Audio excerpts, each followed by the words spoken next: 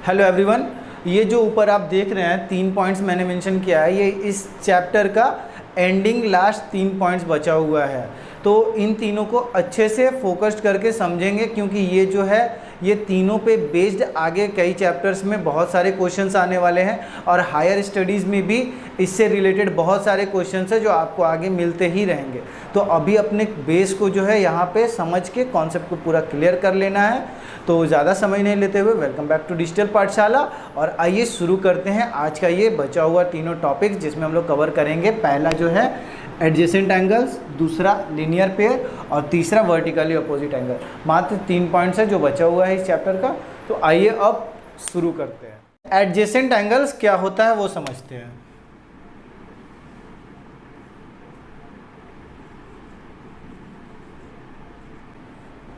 Adjacent angles, तो इसमें 3 point है जिसको समझना है, और उससे भी पहले हम लोग इस वर्ड एडजेसेंट का मतलब समझते हैं।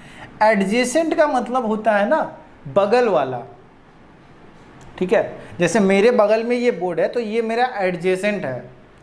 तो सेम इसी तरह होता है कि जस्ट बगल वाला जो चीज़ होता है उसको एडजेसेंट बोलते हैं। अब समझते हैं एडजेसेंट एंगल होने के लिए जो 3 मेन पॉइंट्स है वो क्या क्या है।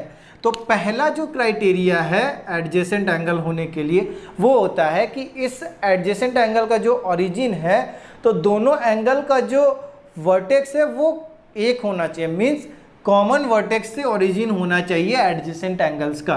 तो कॉमन वर्टेक्स होना चाहिए,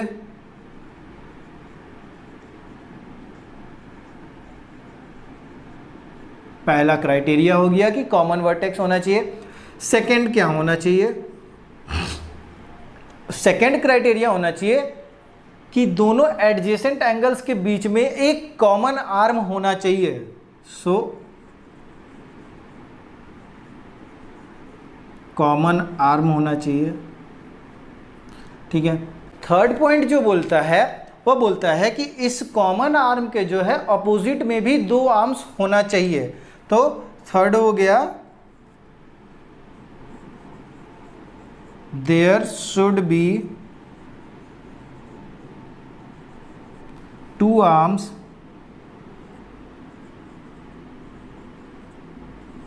opposite to the common arm।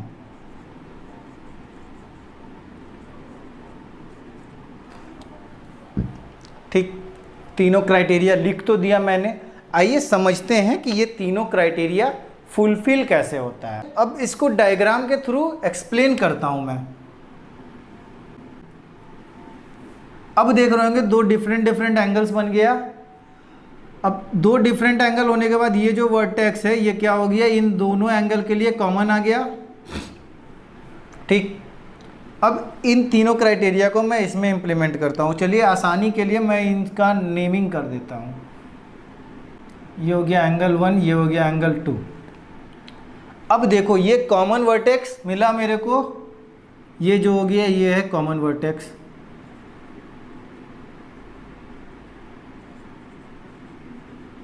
ठीक है। कॉमन वर्टेक्स मिल गया भाई। इस डायग्राम में कॉमन आर्म चाहिए, एंगल 1 और एंगल 2 के बीच में एक आर्म कॉमन दिख रहा है ओसी, तो ये हम लोग को मिल गया। ये जो है ये है common arm,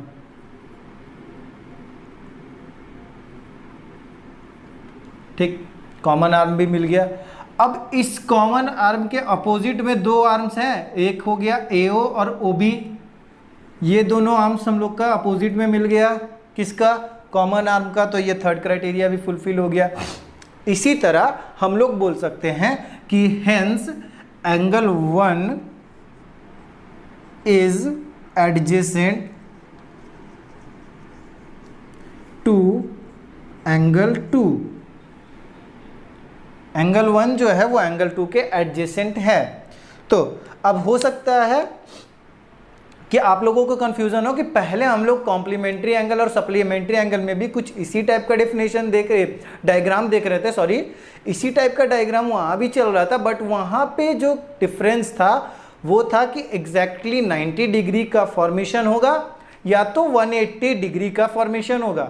but in this case adjacent angles होने के लिए वहाँ पे हम लोगों को डिग्री मेंशन नहीं है, आइदर 180 या 90।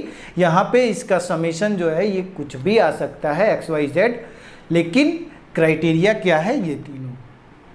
ठीक है, होप मैं इसको आप लोगों को ठीक से समझा पाया हूँ। अगर कोई कंफ्यूजन रहता है इसके रिलेटेड प्लीज़ बेहिचक कमेंट बॉक्स में लिखें, मैं आप लोगों को वहाँ पे अगर कुछ भी आपको कंफ्यूजन रहेगा तो वहाँ से असिस्टेंस ज़रूर दूंगा। नेक्स्ट जाने से पहले एक काम करते हैं, हम इन तीनों को मेंशन भी कर देते हैं यहाँ पे। तो आइए देखते हैं, यहाँ पे कॉमन वर्टेक्स पूछ रहा है, तो कॉमन वर्टेक्स क्या है, O is the common vertex. Common arm अगर पूछ रहा है क्वेश्चन में डायग्राम देके, तो कॉमन हम लोग का ये आर्म जो दिख रहा है वो है OC is the common arm. और there should be 2 arms opposite to the common arm. Common arm के अपोजिट में 2 आर्म्स होना चाहिए। कौन कौन सा नाम है उसका भाई, उसका नाम बताओ, OA एंड OB। नेक्स्ट चलते हैं, लीनियर पेयर क्या होता है वो समझते हैं।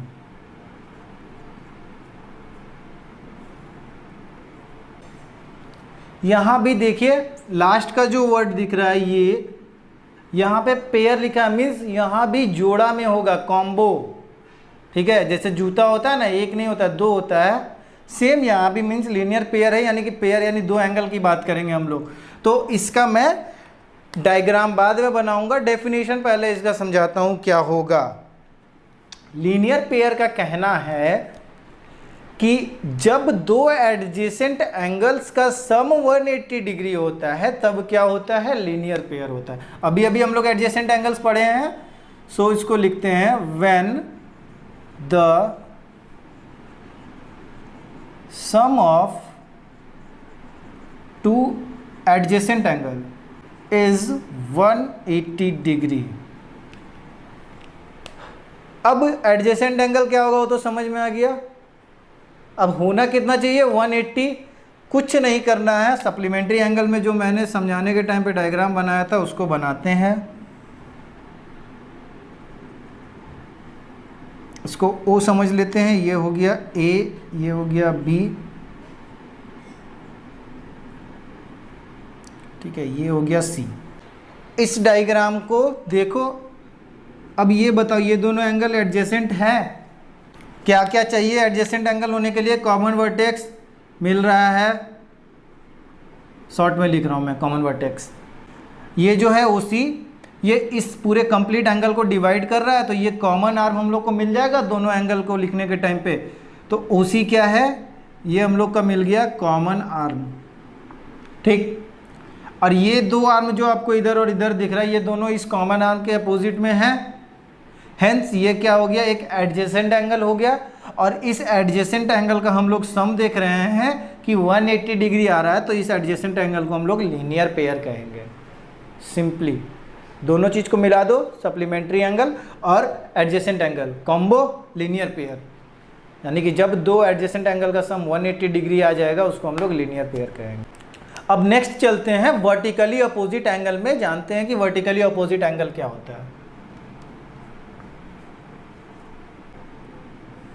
नेक्स्ट है वर्टिकली अपोजिट एंगल।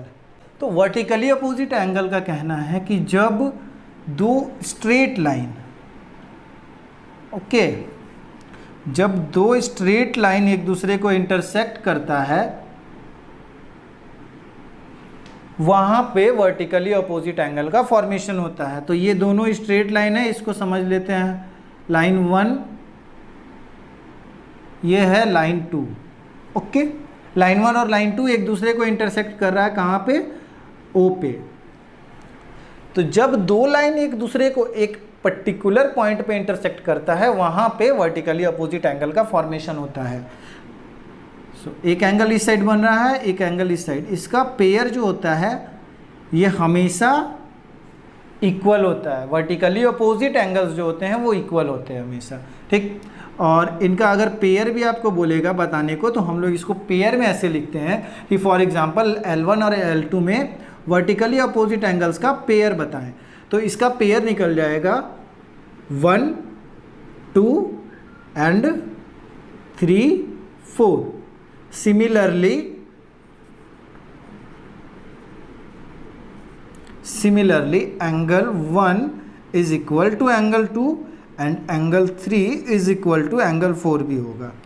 ठीक, जैसा क्वेश्चन में पूछेगा वैसा आंसर देना है। अगर दो स्ट्रेट लाइन एक दूसरे को इंटरसेक्ट कर दिया है और वहाँ पे एंगल का फॉर्मेशन होगा, वर्टिकली अपोजिट एंगल्स ही बनेगा वहाँ पे। तो अगर पूछता है कि pair of vertically opposite angle क्या निकल रहा है L1 और L2 में, तो हम लोग लिखेंगे कि पेयर ऑफ अपोजिट एंगल जो निकल रहा है वो निकल रहा है angle 1, angle 2, angle 3 and angle 4। But अगर पूछता है कि ये दोनों कैसा पेयर है, तो ये दोनों पेयर जो होगा वो इक्वल एंगल्स का बनेगा। ठीक है, ये हो गया हम लोगों का टाइप्स ऑफ एंगल। अब इसके बेस पे आगे का एक्सरसाइज जो है उसको हम लोग सॉल्व करेंगे। तो ओवरव्यू मैं यहाँ पे एंड कर रहा हूँ और नेक्स्ट जो हमारा वीडियो आएगा वो एक्सरसाइज के ऊपर हम लोग उस पर डिस्कस करेंगे। सो आप लोगों से रिक्वेस्ट रहेगा कि एक्सरसाइज में जाने से पहले ओवरव्यू को अच्छे से समझ लें ताकि एक्सरसाइज को बनाने में आसानी भी हो और मज़ा भी आएगा। ठीक है, तो आज के लिए इतना ही। चलिए मिलते हैं नेक्स्ट वीडियो में, तब तक के लिए थैंक यू। एंड रिक्वेस्ट रहेगा मेरा, जिन्होंने अभी तक मेरे चैनल को सब्सक्राइब नहीं किया वो प्लीज़ चैनल को सब्सक्राइब कर ले। वीडियो अच्छा लगा हो तो वीडियो को लाइक करें और बेल आइकन को प्रेस कर दें ताकि आपको जो है हमारी लेटेस्ट अपडेट वो मिलते रहे। सो थैंक यू बच्चों, सेफ रहें, सुरक्षित रहें। धन्यवाद। जय